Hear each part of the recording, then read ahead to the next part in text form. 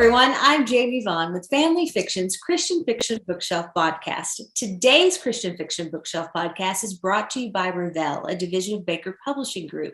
On today's episode, we have Jennifer Deibel, and she is here to talk to us about her latest book called Lady of Galway Manor. Hi, Jennifer. How are you? Hi, I'm wonderful. Thank you so much for having me. Absolutely. I want to hear all about this book. I love Ireland. It's a dream of mine to go there. Can you tell me the storyline? Absolutely. So this book follows Annabeth de Lacy. Her family has just moved to Ireland, to Galway County from England. Her father has been sent there as the new landlord. So this is in 1920. A lot of people don't know, British landlords still ran kind of what we know as the Republic of Ireland today. So he's been stationed there, and without all the trappings of the court life, she's a little bit bored. She's the oldest of two daughters, and so she can kind of nag daddy into letting her do some things that might not always be appropriate for a lady of the court, and manages to convince him to set up an apprenticeship for her with the makers of the famed Claddagh ring, which she'd heard of but had never seen. And so she gets there, and her host is less than welcoming. He has known nothing but hardship and trauma and violence at the hands of the British. And so to have a woman, a British woman, no less, in his shop day in and day out is just almost more than he can take, because he is spending his lifetime peddling this lie of love, as he sees it. The Claddagh ring stands for love, loyalty, and friendship, and is often given as engagement rings or tokens of affection from a man to a woman, or vice versa. And so he has to sit there and recount this legend over and over, and he's just tired of it. And so he has actually secured for himself an apprenticeship on mainland Europe in an ironworks company. And he's just trying to get up the gumption to tell his father. And just as he's decided to tell his father brings him in and introduces him to Miss de Lacy, with whom he must spend all of his time.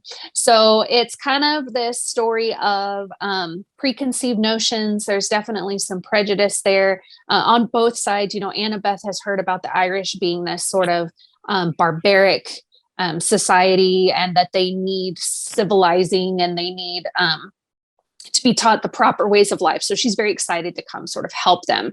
But when she gets there, she realizes this is a people of great beauty and culture and depth and art and music. And surely an uncivilized people wouldn't be able to create such beautiful things. And Stephen has to sort of spend all this time up close with his enemy. And they both start to see that maybe the things that they believe their whole lives about the other culture might not be true after all. Okay.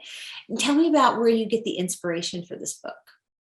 So the inspiration for all my stories at this point come from our time living in Ireland. My husband and I lived in Ireland for almost 7 years.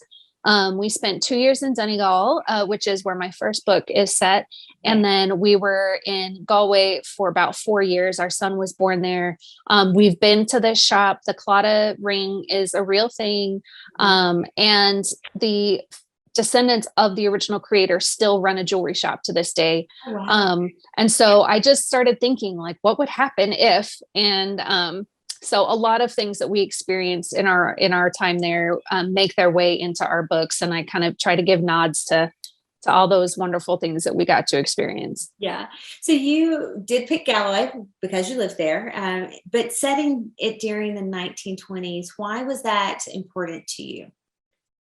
Well, you know, it was just as the Irish War for Independence was starting to pick up. And having lived in the Republic of Ireland for so long, we got to see kind of up close and personal the ramifications of that struggle that still kind of color how they view the world today.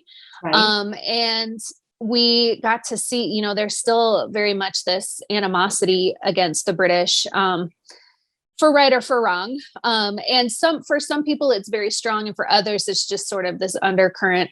And so it really has shaped who Ireland has become as a country and as a people. And so I wanted to sort of explore that a little bit. And I just find it a really fascinating time in their history. Oh, wow. So one of the main threads is about the Claddagh ring. Can you tell me, like, where that came from. I've always heard about the cluttering, and I've seen it. I've seen people wear it here in America, but I would love to know where that origin story happened. Of course. And it's the most romantic story you've ever heard. It's just wonderful. And for those who don't know, I didn't know that a clotter ring was a clotter ring until I moved to Ireland. And when I learned about it, I was like, oh, I've totally seen that design before. But for those who aren't familiar, it's a heart in the middle, and then there's a hand on either side, and there's a crown on top. And the heart stands for love. The hands stands for friendship, and the crown stands for loyalty. And it was created by Richard Joyce back in the 17th century. He was actually kidnapped by Moorish pirates and was sold to a goldsmith back in their home country. And he worked for him for many, many years, and actually was extremely good at the craft. And he became so good that eventually, when there was a treaty between the two governments and he was set free, the goldsmith who he had worked for begged him to stay.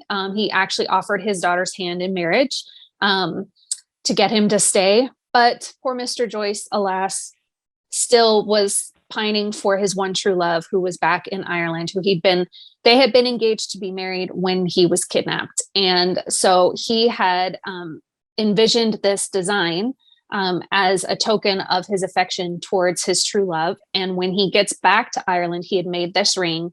She was still there. She had waited for him all of those years, and he presented it to her, and they were married. Oh, well, we need a movie about this. Yes, we do. So what is the biggest hook in this book that's going to capture that reader's attention? I think there's a little bit of something for everybody. I've never met anyone who, when you say something about Ireland, goes, oh, Ireland, no thanks. Like, everyone's like, oh my gosh, Ireland. So you've got the charm and the history and the culture of Ireland. You've got sort of this enemies to lovers kind of trope that a lot of people really love. There's history. There's a lot of true events that are woven throughout the story. And it's uplifting. One of my goals and prayers for each story is that people would be encouraged in their own faith walk, wherever they are in that journey. And so my goal is for them to leave more encouraged and uplifted than when they picked up the book. So I would say if any of those speak to you, then this is probably a good book for you. Yeah. And how do you bring authenticity to your stories? I try to, I want the reader to experience the same wonder that I experienced the first time I walked down the street in Galway, and all the colorful buildings and the cobbled streets and the bunting crisscrossing the sky and all of those things. I try to pull what amazed me and put that in, as well as the faith element. I want it to feel natural. When I first started reading Christian fiction, I loved it so much, but there were it felt almost like you had the obligatory plan of salvation chapter, which is an important part of faith.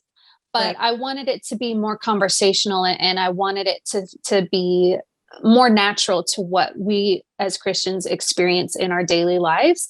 So I just try to pull from those real experiences. I have the benefit of having friends still living in Ireland, and so I can pick their brains about, is this how they would react, or is this an appropriate, thing? And so just having been there, I know what it smells like. I know what that cold feels like, and it seeps into your bones. I know how good a nice, properly made cuppa tastes at the end of a hard day. And so I just try to infuse all of that into the story. I love that. I love what you said about salvation. I think sometimes when we're looking at Christian entertainment, especially, we try to make that the nice and pretty, tied up with a bow, and salvation honestly has never really been pretty. No. We find ourselves in the depths of despair when you're calling out on God, and generally, and giving it over, and for him to get to us having salvation was not a pretty instinct either. So I love your take on that, making it very real. I really appreciate that. So tell me, what's next on in the horizon for you?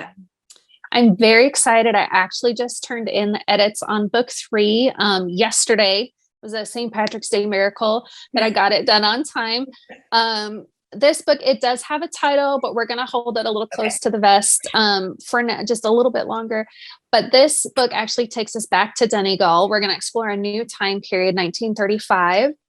And it follows the story of Brianna Kelly, who is the lowest of the low scullery maids in an Irish boarding house, a boarding school.